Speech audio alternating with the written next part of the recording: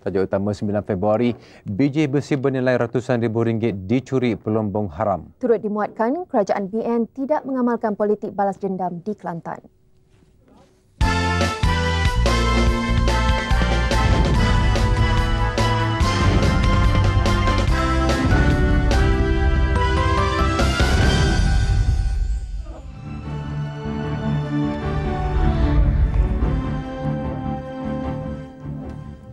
Assalamualaikum dan salam sejahtera. Aidilfitri lalu, pembalak haram mengambil kesempatan cuti musim perayaan untuk menggondolkan hutan simpan di Pahang. Kali ini pada musim cuti Tahun Baru Cina, lain pula cerita yang dibongkar wartawan Haidir Ahmad. Biji besi bernilai ratusan ribu ringgit dicuri pelombong haram dari hutan tanah kerajaan di Lancang, Pahang. Kegiatan melombong biji besi secara haram di hutan tanah kerajaan berhampiran kampung orang asli Sungai Leleh, Lancang ini mula dikesan awal tahun lalu. Ketika itu ia sempat dibantras kuasa tanah daerah Temeloh sebelum bahan bergalian berharga ini dibawa keluar. Bagaimanapun selepas tahun berdiam diri, pelombong haram datang semula ke sini untuk mengangkut hasil yang ditinggalkan. Waktu yang dipilih menjelang tengah malam Tahun Baru Cina. Namun ibarat jerat tidak pernah melupakan pelanduk. Kegiatan haram ini sekali lagi berjaya dipatahkan buat kuasa tanah daerah Temeloh. 9 trailer panjang ditahan dengan bantuan polis. 6 daripadanya syarat dengan muatan 260 tan biji besi yang dianggarkan bernilai lebih RM150,000. Kesalahan dia membawa bahan batuan tanpa kebenaran. Bermakna aktiviti ini memang illegal. Dia tak ada kebenaran pun daripada pejabat tanah, tak ada kebenaran pun daripada pihak kuasa negeri. Maknanya aktiviti menggali, mengorek batu-batu ni pun illegal, dan dia mengangkut bahan batuan biji besi ni pun secara illegal. Pihak terbabit akan didakwa mengikut Seksyen 426A Kanun Tanah Negara yang membawa hukuman denda tidak lebih RM10,000 atau setahun penjara atau kedua-duanya. Saya juga nak ucap terima kasihlah kepada pihak PTG, DO Temeloh dan juga pihak polis yang mengambil tindakan yang begitu proaktif dan drastik lah, menahan, dan kita harap ini menjadi satu pengajaran lah. Difahamkan kerajaan negeri sudah meluluskan kawasan ini untuk kegiatan melombong biji besi kepada sebuah anak syarikat akhir tahun lalu. Siasatan awal mendapati biji besi ini diproses secara haram sebelum diseluduk ke luar negara berikutan permintaan tinggi besi di pasaran antarabangsa sekarang, terutama di China. Haidir Ahmad, Lancang, TV3. Kaki tangan Kerajaan Negeri Kelantan tetap mendapat layanan sama rata sekiranya Barisan Nasional menawan negeri itu pada pilihan raya umum akan datang. Timbalan Perdana Menteri Datuk Seri Mohamad Najib Tun Razak berkata kerajaan BN tidak mengamalkan politik balas dendam dan memberi jaminan kaki tangan Kerajaan Negeri Kelantan boleh meneruskan khidmat mereka seperti biasa jika BN diberi mandat mentadbir negeri itu. Katanya BN bukan seperti PAS ketika berjaya menawan Terengganu pada pilihan raya umum 1999. Kita tak ambil sikap sedemikian. Malah PAS di Terengganu, tindakan bila dia menang di Terengganu, itu banyak yang dia buang. Termasuk imam-imam masjid dan sebagainya. Dia tahan kereta exco tengah jalan. Dia manggakan pintu Wisma Sri Terengganu. Jadi banyak yang dia lakukan sebenarnya yang boleh kita kata sebagai tindakan yang kasar dan tak ada peri kemanusiaan.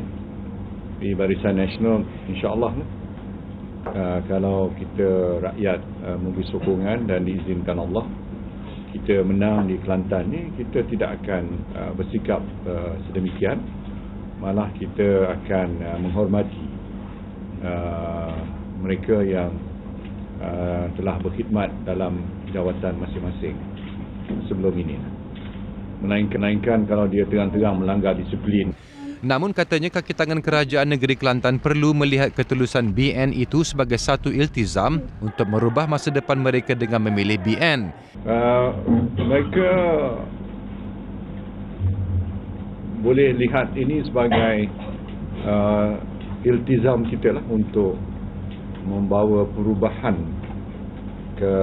ataupun mencetuskan angin perubahan yang besar kepada keadaan di negeri Kelantan ni dalam semua aspek. Katanya peruntukan besar sudah pun disalurkan oleh Kerajaan Pusat kepada Kelantan dalam rancangan Malaysia ke-9. Ia termasuk memberikan sebuah universiti di Kelantan. Beliau berkata demikian selepas melancarkan Regimen Sempadan di Batalion Pertama Regimen Sempadan Kem Batu 11 di Jeli, Kelantan.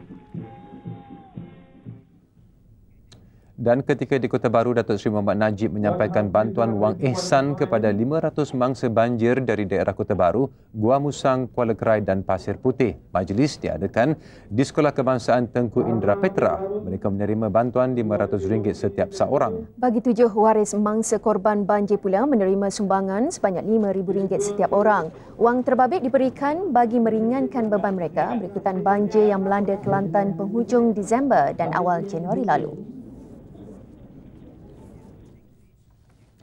Dan jaminan yang diberikan oleh Timbalan Perdana Menteri itu memang ada asasnya dan ia dilaksanakan oleh Ahli Berhormat Barisan Nasional apabila memenangi pilihan raya umum lalu. Penanti antara 3 dun yang terletak di bawah Parlimen Permatang Pau yang diterajui pembangkang. Kalau dibandingkan dengan kawasan terdekat seperti Butterworth dan Kulim, pembangunan di Permatang Pau masih perlu digandakan. Dan itu antara komitmen Ahli Dewan Undangan Negeri Penanti dari Barisan Nasional, Datuk Abdul Jalil Majid. Kita mengutamakan keselesaan rakyat. Kita tidak ada perasaan dendam langsung. Walaupun kita tidak diberi mandat oleh rakyat untuk memerintah kawasan tersebut, tapi perasaan dendam tidak pernah ada dalam hati orang UMNO. Orang UMNO tetap sayang rakyat. Antara yang dilaksanakan ialah projek tebatan banjir dengan kos RM170 juta tebatan dibina sepanjang 20 km dari Kulim hingga Permatang Pau. Sekurang-kurangnya usaha ini dapat mengelak ratusan rumah kampung tepi sungai Kulim ini ditenggelami air pada musim tengkujuh. Manakala projek pemasangan paip bawah tanah bernilai RM300,000 pula hampir siap. Projek ini akan menyelesaikan masalah 246 keluarga yang tidak mendapat bekalan air selama ini. Dari aspek pendidikan, 500 pelajar sekolah agama yang belajar di pondok diberi pembelaan. Kini mereka begitu selesa menuntut ilmu di bangunan sekolah dan asrama baru. Dan Datuk Abdul Jalil yang juga Ketua UMNO bahagian Permatang Pau mahu melaksanakan lebih daripada itu selepas ini. Dalam UMNO sedia. Bukan setakat ni mengambil alih. Kita hendakkan bahawa kali ini Parlimen berada di dalam tangan kita untuk banyak benda lagi yang nak kita nak buat, banyak benda yang nak kita lakukan dan banyak perkara lagi kita nak bagi pada rakyat. Perdana Menteri mengingatkan pentingnya sifat bekerjasama semua kaum dalam segenap sektor. Datuk Seri Abdullah Ahmad Badawi berkata ia bagi menjadikan negara terus makmur dan pada masa yang sama mengekalkan semangat muhibah dan perpaduan. Seranan Datuk Seri Abdullah itu seiring suasana sambutan Tahun Baru Cina yang masih dirasai sehingga kini. Kemeriahan juga dirasai pada majlis ramah mesra berkenaan apabila pemimpin dan rakyat saling mengucapkan selamat Tahun Baru. Rakyat Malaysia dari semua kaum mesti ada sama-sama kerja. Barulah nanti negara kita jadi negara yang baik, yang makmur, rakyat semua kawan, rakyat semua senang hati. Ini negara kita, negara Malaysia yang ada makan, yang cukup makmur dan kita mau hidup senang hati, tidak ada siapa-siapa mau kacau. Menurut Datuk Seri Abdullah, bukti kerjasama yang erat itu termasuk keakraban yang ditunjukkan ahli jemaah menteri kabinet beliau. Segala perbincangan ujarnya sering dilakukan dengan suasana dan semangat setia kawan. Kawan-kawan saya dalam kerajaan jemaah menteri semuanya kerjasama, semuanya senang hati. Apa-apa mau cakap boleh, tidak sebab kita sudah jadi kawan. Senang cakap, senang bincang, senang meeting. Hati tidak ada kacau-kacau sebab dua-dua kawan. Coba fikir saja. Sini fikir, sini jangan kacau.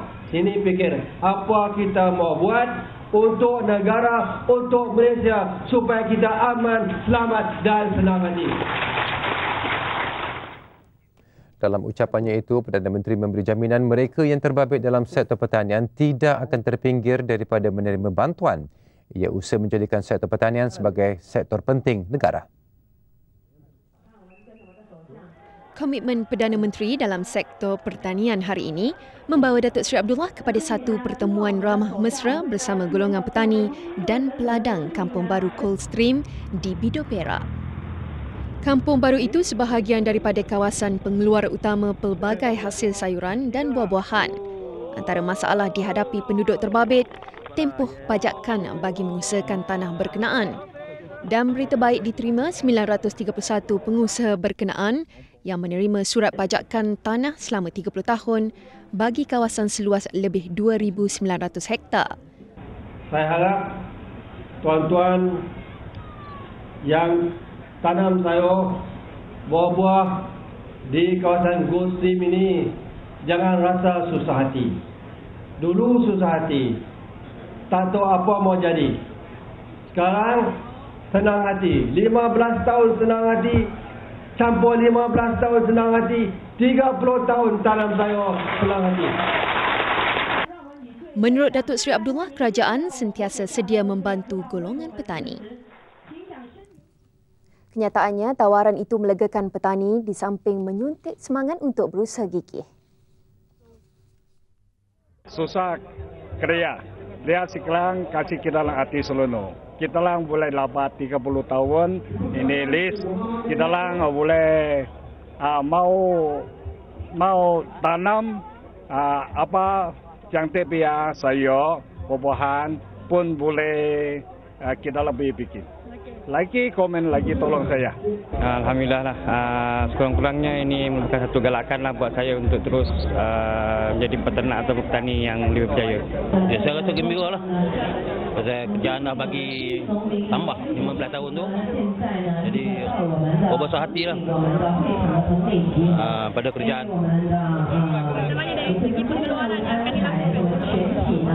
Itu kita tengok dululah macam mana kita punya nak buka tu bukan senang kan. Jadi dapat tempat baru susahlah nak buka. Jadi kita sama-sama lah dengan kawan-kawan cuba nak buka dululah. Sebelum ke Perak, Perdana Menteri Datuk Seri Abdullah Ahmad Badawi mempengerusikan mesyuarat Badan Perhubungan UMNO Pulau Pinang. Mesyuarat berlangsung di sebuah hotel di Seberang Jaya ini dihadiri semua pemimpin UMNO Pulau Pinang.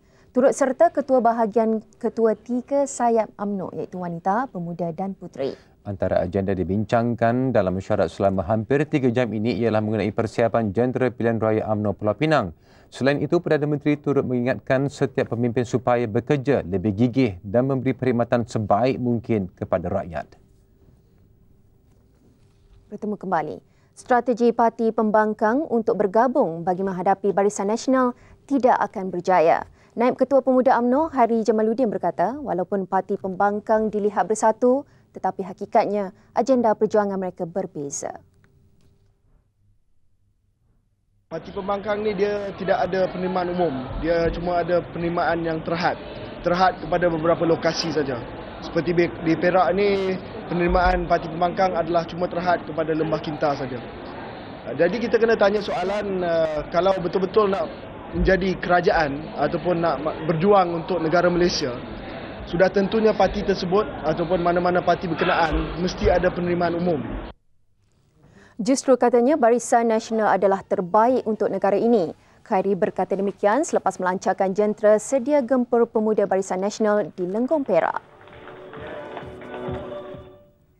Di selatan tanah air, Datuk Syaril Abdul Samad berkata UMNO dan BN Johor Bahru tidak gentar berdepan dengan Goh Beng Sing Dio, anak pengurusi DAP Kebangsaan Kapal Sing, bagi merebut kursi parlimen kawasan itu pada pilihan raya umum akan datang. Menurut anggota Parlimen Johor Bahru itu, BN bersedia menyahut cabaran mana-mana calon yang dikemukakan Parti Pembangkang bagi bertanding kerusi itu. Dan tetap kerana yang mustahak bagi kami di Barisan Nasional, kita buat kerja kita. Kita siapkan. Jadi siapa datang dia punya pasal lah. Kita sambut lah. Kan? Beliau berkata demikian selepas melancarkan jentera dan bilik gerakan pilihan raya bahagian dan cawangan BN Johor Bahru. Semalam, pengerusi DAP Johor, Datuk Dr. Bu Cheng Hao berkata mereka mencadangkan nama Gobin, seorang peguam sebagai calon parti pada pilihan raya umum ke-12. Penunggang motosikal terus mencatatkan jumlah kematian tertinggi pada musim perayaan ini. Pada hari 9 Opt Sikap atau hari kedua Tahun Baru Cina, 5 daripada 10 mereka yang maut dalam kemalangan jalan raya adalah penunggang motosikal. Menurut kenyataan Ibu Pejabat Polis Bukit Aman, sebanyak 821 kemalangan dilaporkan semalam, 71 kemalangan dan 2 jumlah kematian membabitkan laluan lebuh raya. Manakala 271 kemalangan dan 4 kematian membabitkan jalan persekutuan, 155 kemalangan dan 1 kematian melibatkan jalan negeri, 293 kemalangan dan 3 kematian di jalan bandaran serta 31 kemalangan di lain-lain jalan. Lebih 9,000 saman dikeluarkan kepada pengguna jalan raya sejak Opt Sikap 16 dilancarkan 31 Januari lalu. Sempadan darat Malaysia-Thailand sepanjang 506 km akan dipastikan pengawasannya secara sistematik dan mantap oleh regimen sempadan yang ditubuhkan. Perubahannya yang diluluskan 12 Januari lalu adalah tekad kerajaan mengawal peningkatan jenayah lintas sempadan dan jenayah komersial. Siang tadi, Timbalan Perdana Menteri Datuk Seri Mohamad Najib Tun Razak melancarkan regimen sempadan di Kem 11 Jeli, Kelantan. Dengan penubuhan regimen berkenaan, Batalion Infanteri Siri 300 Askar Wataniah dimansuhkan. 3,600 anggotanya diserap sebagai anggota tetap tentera darat. Timbalan Menteri berkata penubuhan regimen sempadan berasas kerana peranan penting Askar Wataniah mengawasi penyeludupan barang terkawal dan kemasukan pendatang asing tanpa izin. Sebagai anggota tetap, mereka kini berhak menikmati skim pencen, pinjaman perumahan, komputer, kenderaan dan skim pengajian tinggi tentera. Ini berarti bahawa mereka akan tergolong dalam skim berpencen. Jadi, bila mereka tamat, mereka akan dapat pencen daripada kerajaan. Waktu mereka berkhidmat, mereka boleh menerima pinjaman perumahan kerajaan. Mereka boleh menerima pinjaman kenderaan. Mereka boleh dapat pinjaman komputer dan skim pengajian tinggi Angkatan Tentera Malaysia. Kementeriannya turut bercadang untuk menubuhkan regimen sempadan di Sabah dan Sarawak serta menambah jumlah anggotanya. Bagi anggota regimen terbabit, penyerapan itu berbaloi dan mereka berikrar berkhidmat sebaik mungkin kepada negara. Saya nampak ada satu perubahan untuk dari segi disiplin, dari segi semangat untuk bekerja kerana telah diberi kepercayaan oleh tentera darat untuk kami sama-sama berganding bahu untuk kemajuan EPM khususnya. So, kurang daripada itu merupakan satu galakan dan semangat kepada kami untuk sama-sama bersedia dan sentiasa melaksanakan tugas di perbatasan terutama di sempadan. Selama saya berkhidmat selama lebih kurang 17 tahun, inilah saya rasa amat bertuah bagi saya dan keluarga dan juga tentera-tentera yang akan adik-adik yang akan masuk supaya semangat lepas tu boleh diterima. Dia berasa amat bertuah lah. Kerana dapat diserap angkatan tetap dan berharap untuk membuat pinjaman perumahan demi dalam masa depan saya. Kadar allowance nazir masjid di negeri Selangor dinaikkan 100%. Timbalan nazir dan bendahari juga ada berita baik kerana mulai tahun ini mereka akan menikmati allowance. Pengumuman kadar baru itu dibuat Menteri Besar Selangor, Datuk Seri Dr. Mohamad Khair Toyo. Katanya nazir masjid akan menerima RM200 sebulan berbanding RM100 sebelum ini. Timbalan nazir dan bendahari yang tidak menerima allowance dibayar RM100 sebulan. Setiap usaha juga dinaikkan allowance dari RM60 kepada RM100 sebulan. RM200 juta yang dibelanjakan itu, kata Datuk Seri Dr. Mohamad Khair, adalah sebagai menghargai komitmen pegawai masjid negeri itu. Usaha pasukan aman Malaysia masuk ke Rafah bagi menyalurkan bantuan temui jalan sukar ekoran suasana tegang di Gaza. Malah kes 5 doktor dari Hospital Palestin yang diculik baru-baru ini satu ancaman kepada pihak perubatan dan sukarelawan. Itu yang dilaporkan wartawan kami Nik Suryani Megat Draman dari Kahira, Mesir. Sementara itu, Aman Malaysia siang tadi menyerahkan sebahagian sumbangan berupa makanan, coklat dan alat permainan serta ubat-ubatan berjumlah RM250,000 kepada kanak-kanak mangsa pertempuran. Ia disalurkan melalui Persatuan Bulan Sabit Merah Pakistan. Sehingga kini, pasukan aman Malaysia masih menunggu keputusan sama ada dibenarkan masuk ke Rafah daripada pihak berkuasa Mesir. Ia ekoran suasana tegang masih meruncing di kawasan itu. Aman Malaysia sedang menunggu kebenaran daripada pihak berkuasa Mesir untuk ke Rafah seperti yang dirancang. Buat masa ini kami telah dimaklumkan bahawa Rafah dikawal ketat oleh pihak berkuasa Mesir dan sempadan antara Mesir dan Gaza telah ditutup. Sekarang ini hanya sempadan Karm Abu Salam, iaitu sempadan 3 penjuru antara Gaza, Mesir dan Israel dibuka, tetapi ianya ditakbir dan diuruskan sepenuhnya oleh pihak Israel. Buat masa ini sekiranya kita tidak dapat ke Rafah, bekalan ubat-ubatan dan makanan yang hendak kita sampaikan kepada mereka akan diserahkan kepada pihak Bulan Sabit Merah Palestin yang berpejabat di Kahira. Laporan Nik Suryani Megat Draman, Kahira, Mesir untuk TV3. Dan bagi rakyat Malaysia yang prihatin dengan nasib penduduk Palestin di Gaza, salurkan sumbangan anda kepada tabung kemanusiaan Gaza di nombor akaun tertera.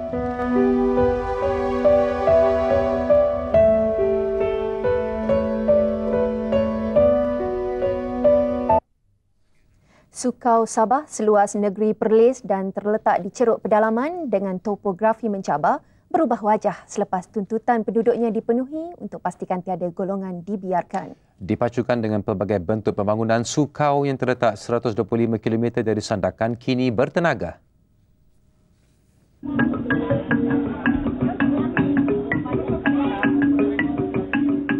Jalan raya yang dulunya uzur sudah dinaik taraf. Sekolah, dewan, kedai, masjid, surau dan kemudahan awam lain yang serba baru dibina. Antaranya Sekolah Kebangsaan Paris 3 yang kini menampung 600 murid. Anjung Paris menempatkan ruang niaga kepada usahawan kecil Bumiputra juga telah disiapkan. Begitu juga Dewan Serbaguna Kampung Paris 1 ini. Umum mengetahui beberapa kampung di Sukau sering dinaiki air. Untuk itu, projek perumahan baru kekal dirancang untuk 68 keluarga di Kampung Menggaris dan dijangka siap tahun depan. Projek Jalan Sukau 45 km menelan belanja RM64 juta ini pula dijangka siap Oktober ini sekaligus memberi faedah kepada 20,000 penduduk. Manakala projek menaik taraf dan menurap Jalan Raya Suan Lamba 32 km sudah 98% siap dengan kos RM29 juta bagi kegunaan 10,000 penduduk. Baguslah pengangkut untuk keluar masuk bagus. Dulu ada masalah jalan, ada masalah rosak, mengambil masa lama lah. Sekarang ada baguslah. Di Kampung Sukau, industri eko pelancongan yang pesat berkembang memberikan limpahan ekonomi kepada penduduk. Kebajikan golongan kurang berkemampuan juga tidak dilupakan. 95 unit kediaman di bawah projek perumahan rakyat termiskin PPRT sudah tersergam sekaligus menjadikannya perkampungan terbesar seumpamanya di Sabah. Ia turut dilengkapi kedai, tadika, surau dan dewan serbaguna. Saya adalah salah seorang penduduk di pusat penempatan ini. Saya amat berterima kasihlah kepada Kerajaan Barisan Nasional yang telah banyak membawa perubahan kepada kampung. Dalam rancangan untuk meningkatkan lagi taraf sosioekonomi penduduk, Pekanbaru Sukau dan klinik kesihatan akan dibina. Penduduk tidak lagi perlu berkereta lebih sejam untuk berurusan di pekan serta klinik di Bukit Garam. Juga dibina sekolah menengah Sukau. Kita kepada pembangunan sudah ada diadakan oleh kerajaan Barisan Nasional. Jadi kita berterima kasihlah. Apa juga yang dianukan. Semuanya ada juga di sini. Kampung Abai yang jauh di pedalaman, semua 45 rumah dilengkapi tenaga elektrik solar dengan kos RM0.5 juta. Sekolah Kebangsaan Abai, masjid serba baru dan 3 jeti serbaguna juga siap dibina sejak 2005 lagi. Daripada segi kesihatan juga, iaitu kesihatan telah menyalurkan 40 buah tangki bagi penduduk Kampung Abai. Alhamdulillah kami bersyukur kami tidak lagi minum di air-air yang tidak begitu, yang kru, yang tidak menjaminkan kesihatan kami. Dan sekarang kami sudah terjamin kesihatan kami. Keseluruhan kawasan di kawasan pilihan raya Sukau ini telah mendapat pembangunan infrastruktur kemudahan asas. Bagaimanapun kerjaan juga sedang dalam perancangan untuk melihat apakah keperluan-keperluan yang diperlukan, dan kita pemimpin politik di sini bersama-sama pegawai kerjaan dari masa ke masa akan melihat keperluan ini dan berusaha untuk mewujudkan keperluan-keperluan yang diperlukan oleh rakyat. Beaufort, antara daerah yang pesat membangun di Sabah, mempunyai semua cabang sektor yang menjadi tumpuan dalam koridor pembangunan Sabah SDC. Beaufort ibarat The Little Sabah. Untuk tempoh 18 tahun akan datang, pelbagai strategi diambil untuk menarik lebih ramai pelabur ke daerah itu. Butirannya bersama Halim Muhammad. Kelapa sawit dan getah menjadi sumber ekonomi utama penduduk di Beaufort. Beberapa kilang memproses hasil ladang dibina bagi mewujudkan peluang pekerjaan yang maksimum kepada penduduk tempatan. Melalui pelan SDC, minyak sawit mentah, CPO serta susu getah yang sudah ditoreh akan terus diproses di sini sekaligus menyaksikan lebih banyak kilang akan dibina. Tapi dengan adanya koridor ini saya percaya bahawa CPO itu juga akan diproses di Sabah, khususnya di Beaufort. Itu harapan kita sebab kalau CPO itu diproses di Semenanjung, ianya akan tidak memberikan impak yang besar kepada rakyat sebab peluang pekerjaan berkurangan. Satu tanaman baru juga akan diperkenalkan untuk dikomersialkan, iaitu pokok jarak. Tujuannya ialah untuk menghasilkan biodiesel, di mana pokok jarak ataupun hasil jarak ini adalah agak murah. Apabila dijadikan minyak, ianya agak murah daripada minyak-minyak ataupun daripada kelapa sawit. Selain itu, bagi memastikan kepupusan kerbau tidak berlaku, tanah seluas 150 hektar disediakan bagi penternakan haiwan berkenaan. Monyet Belanda dan klip-klip juga akan terus dipelihara untuk tatapan generasi akan datang. Daerah unik ini juga kaya dengan sumber alamnya yang menjadikan bentuk muka buminya sering dikunjungi pelancong. Antara yang perlu dinaik taraf adalah kemudahan kereta api yang menghubungkan Beaufort dengan Sungai Pedas di Tenom yang popular sebagai pusat merakit arus deras di kalangan pelancong. Kita yakin SDC mampu menjadi penjana kepada pembangunan dan kemajuan negeri dan negara kita kerana dia melibatkan kawasan luar bandar dan melibatkan ke seluruh lapisan masyarakat. Aspek modal insan turut ditekankan dengan pembangunan lebih banyak sekolah serta pusat komuniti dan rumah ibadat. Perhatian yang diberikan kerajaan untuk daerah pedalaman seperti di Beaufort ini dapat memastikan tidak wujud jurang perbezaan antara penduduk luar bandar dan bandar. Penghijrahan ke bandar juga dapat diminimumkan apabila peluang ekonomi terbuka luas di sini. Laporan Ali Muhammad, Beaufort, Sabah, TV3. Berbeza dengan koridor lain, Sarawak pula muncul dengan koridor tenaga diperbaharui Sarawak atau SCORE. Mengambil kira sumber alam yang banyak, SCORE akan mengeksploitasi kawasan tengah Sarawak bagi memaksimumkan pembangunan untuk kesejahteraan penduduknya. Sasarannya, negeri bumi kenyalang itu maju 13 tahun dari sekarang. Tumpuan SCORE adalah Tanjung Manis, Muka dan Similajau. 5 bandar utama bakal melihat impak yang cukup besar, Sibu, Bintulu, Muka, Serikih serta Kapit. Koridor Sarawak seluas 70,000 km persegi atau keluasan gabungan beberapa negeri di Semenanjung dengan jumlah penduduk lebih 600,000 orang. Koridor terbabit kaya dengan stok sumber tenaganya, antaranya tenaga hidro berjumlah 28,000 megawatt, arang batu 1.46 trilion tan dan gas asli 40.9 triliun meter padu. Dan untuk membangunkan semua ini, skor dilihat landasan bagi menarik ramai pelabur luar. Dari segi tenaga hidro, ianya mempunyai potensi sebanyak 28,000 megawatt dan arang batu 1.46 bilion tan dan gas asli sebanyak 40.9 trilion kubik meter, dan ini semuanya terdapat di kawasan tengah yang dikatakan skor ataupun recorder. Untuk itu juga pelbagai insentif serta pengecualian bakal diberikan kepada mereka yang terbabit dengan skor.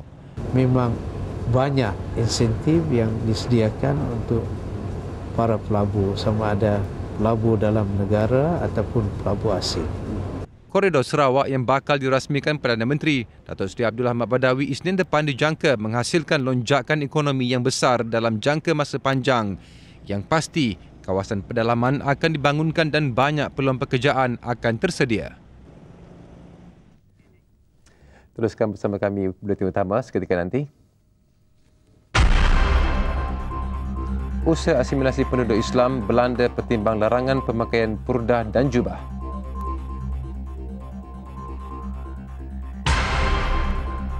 Juga pemilik tergamam kereta terperosok tanah jerdus.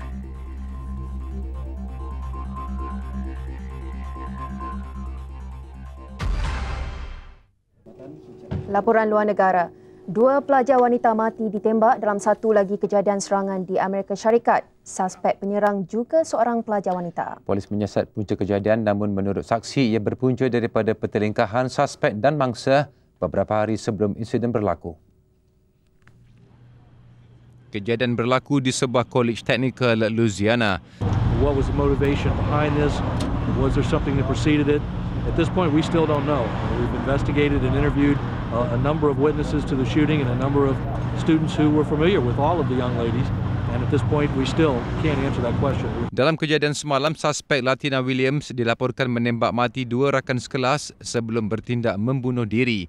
Dia yang berusia 23 tahun menggunakan revolver A.357 untuk menembak Karshika Graves, 21 tahun, dan Tanisha Butler, 26 tahun. Williams dikatakan memasuki kelas berkenaan dan kemudian bercakap dengan pengajar sebelum bertindak meninggalkan kelas. Dia kemudiannya kembali semula melalui pintu lain sebelum bertindak melepaskan 6 das tembakan. Laporan sebelum ini mendapati kejadian itu tidak melibatkan pelajar lain dalam kelas terbabit. Laporan Scotland Yard yang mendakwa kematian bekas Perdana Menteri Pakistan Benazir Bhutto akibat kesan hentaman letupan terus mengundang kontroversi, terutama di kalangan penyokong Parti Progresif Rakyat PPP. Bagi menafikannya, sebuah stesen televisyen di negara itu menyiarkan rakaman video saat-saat akhir kematian Allahyarham. Bagi penyokong PPP, mereka mempunyai bukti kukuh untuk menyokong dakwaan itu. Sebagaimana sebelum ini, mereka menuduh kerajaan di bawah pimpinan Pervez Musharraf bersekongkol dalam peristiwa pembunuhan 27 Disember lalu.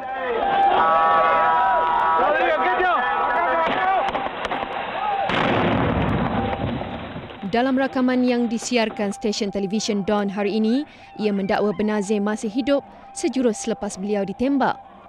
Ia sekaligus bertentangan dengan laporan Scotland Yard yang mengesahkan kematian Benazir disebabkan kesan hentakan akibat letupan.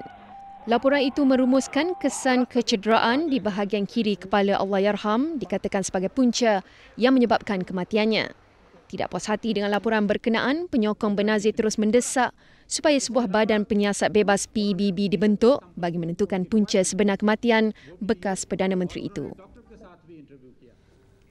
Britain semalam menarik perhatian dunia apabila Padri Besar Rowan Williams mencadangkan supaya undang-undang syariah terhad diperkenalkan untuk kemudahan penduduknya yang beragama Islam. Bagaimanapun, lain halnya di Belanda. Negara itu kini mempertimbangkan agar pemakaian purdah dan jubah diharamkan di kalangan pelajar sekolah dan kaki tangan awam kerajaan.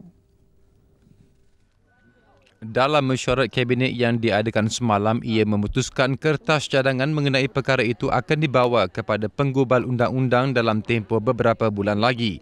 Alasannya mudah, daripada 16 juta penduduk negara itu, hanya 150 orang yang dipercayai masih memakai purdah di negara berkenaan. Selain itu, ia juga dilihat usaha Belanda untuk mengasimilasi lebih 840,000 penduduk Islamnya. Mesyuarat yang diadakan menjelaskan atas faktor keselamatan, pihak berkuasa tempatan dan perkhidmatan pengangkutan awam telah diberi kuasa untuk melarang mereka yang memakai purdah.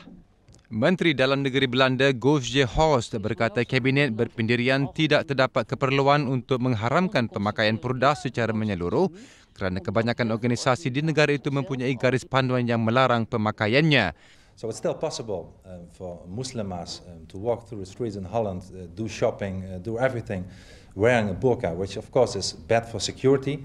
It's bad for the emancipation of Muslim women. They will not integrate walking around like a penguin in the Dutch streets. Bagi penduduk Islam, cadangan itu perlu ditimbang semula kerana ia tidak membuahkan hasil yang positif kepada proses kebebasan wanita.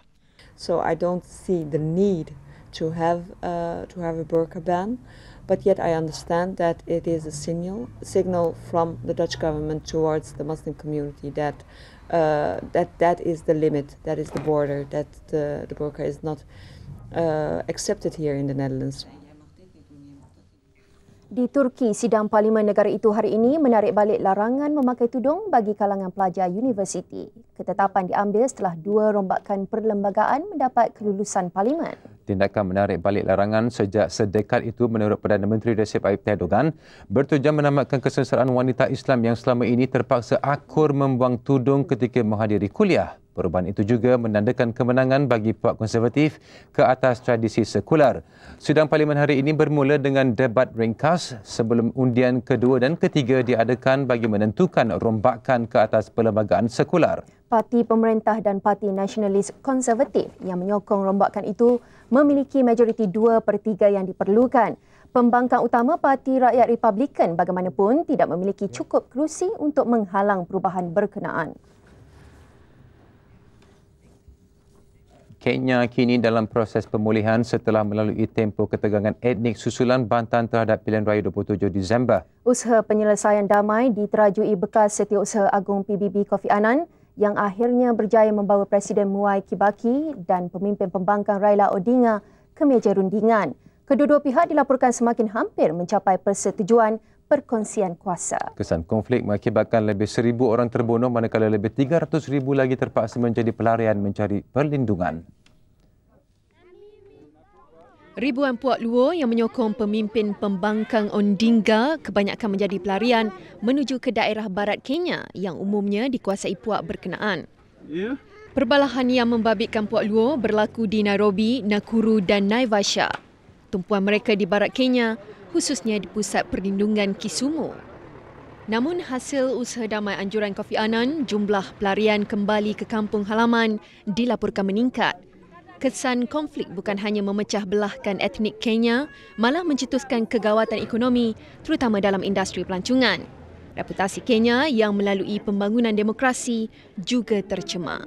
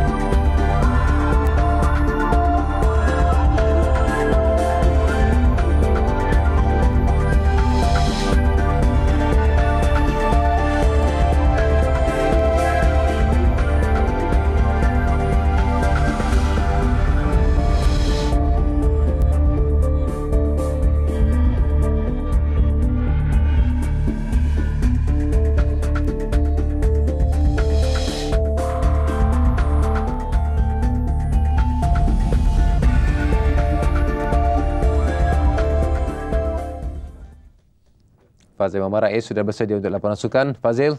Baik, Syekh Azawati, terima kasih. Sukan malam ini memperkatakan pendekatan realistik Persatuan Bola Sepak Malaysia FAM pulih imej bola sepak. Dan FAM optimis mampu mengembalikan kegemilangan lampau. Nantikan sukan sebentar lagi.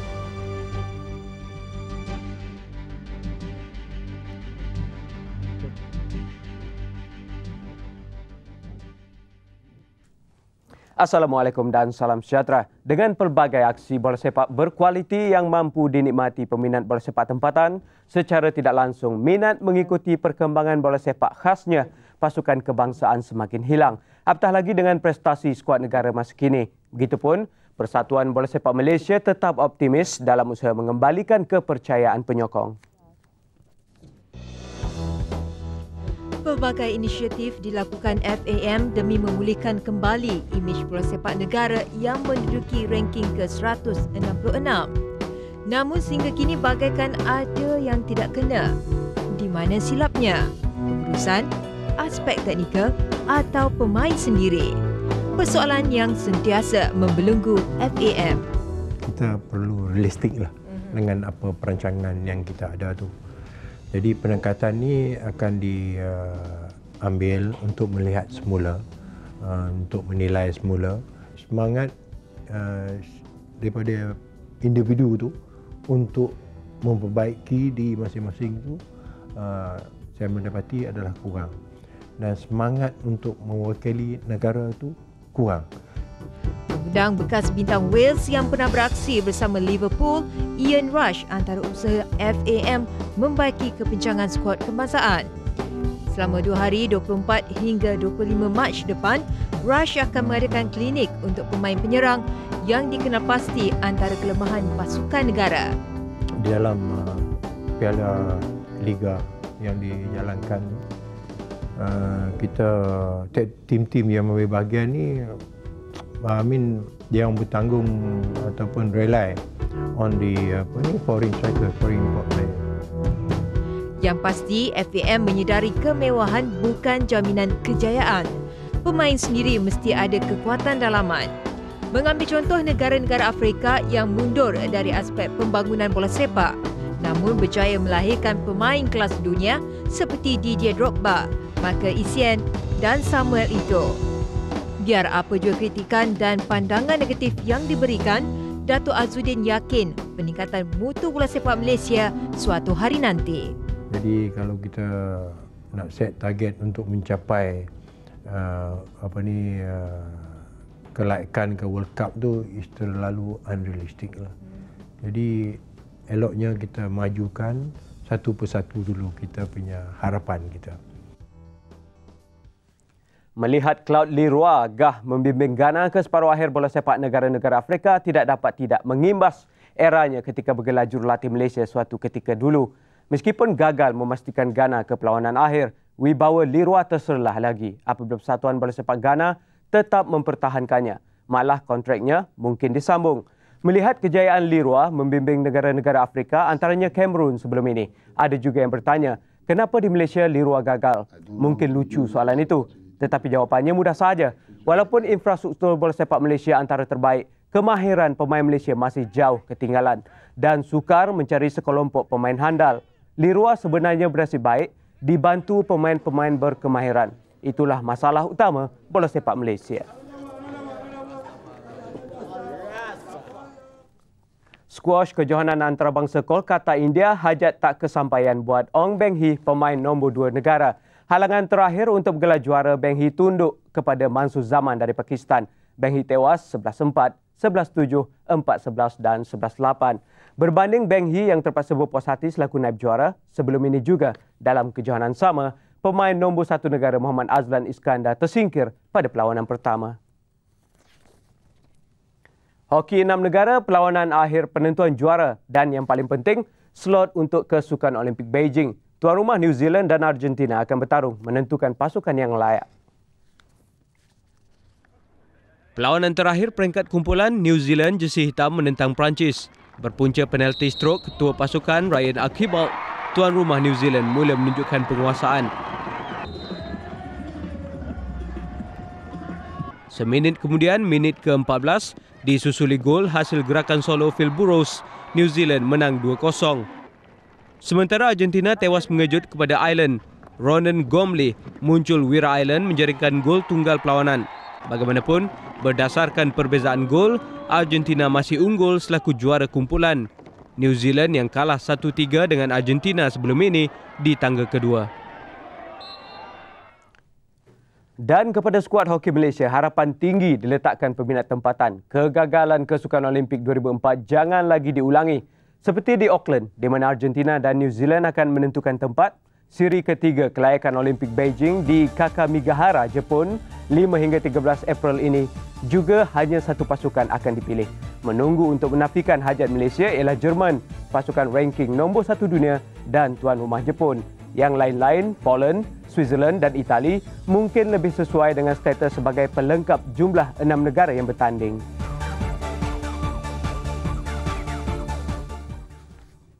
Golf India Masters bukan NAL seorang tetapi pemain lain turut mengakuinya. Bermain golf di lapangan Delhi Golf Club amat sukar.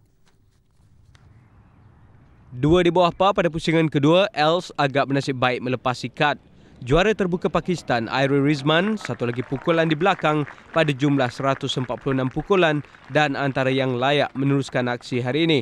Mendahului senarai, Damien Migraine dari Ireland 136 pukulan 8 di bawah par. Migraine dengan 3 di bawah par pada pusingan kedua, 2 pukulan mengatasi kelompok pemain yang berkongsi tempat kedua, Hendrik Berman, Rafael Jacqueline dan Graeme McDowell. Di kalangan pemain tempatan pula, Arjun Atwal dan Digvijay Singh paling menyelah. Pendahulu pusingan pertama, Jyoti Randawa yang merudum pada 5 di atas par dan jumlah 142 pukulan turun di tempat ke-15. Kad ialah pada 147 pukulan. Dengan itu sekian buat waktu ini. Terus setia bersama Buletin Utama.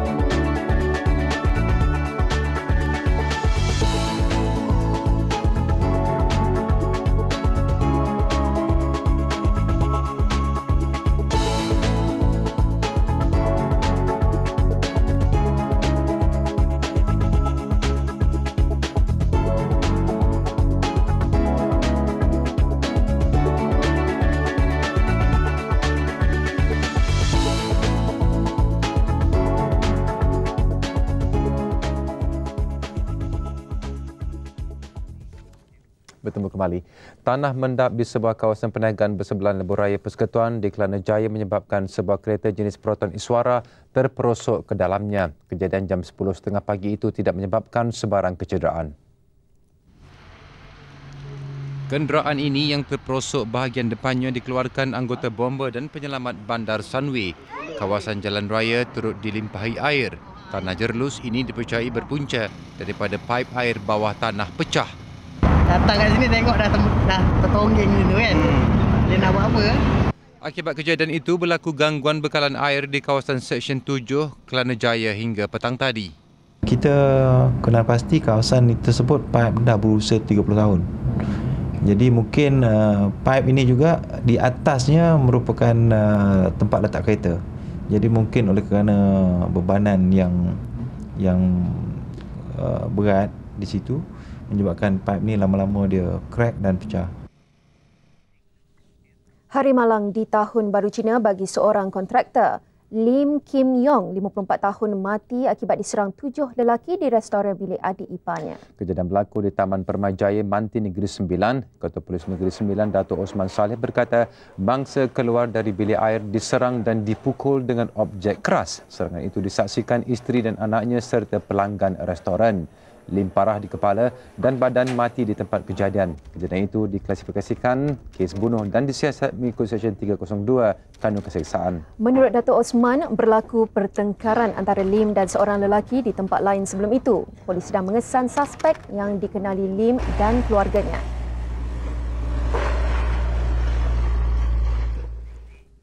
Sebelum berpisah, kami siarkan kembali nombor akaun tabung kemanusiaan Gaza. Bagi rakyat Malaysia yang prihatin dengan nasib penduduk Palestin di Gaza, salurkan sumbangan anda kepada tabung kemanusiaan Gaza di nombor akaun tertera. Meneroka ke ruang angkasa dengan kapal terbang kertas. Kedengaran mustahil, namun itulah yang sedang diusahakan Tako Toda dan Profesor Shinji Suzuki. Visualnya mengakhiri buletin utama. Salam hormat. Assalamualaikum.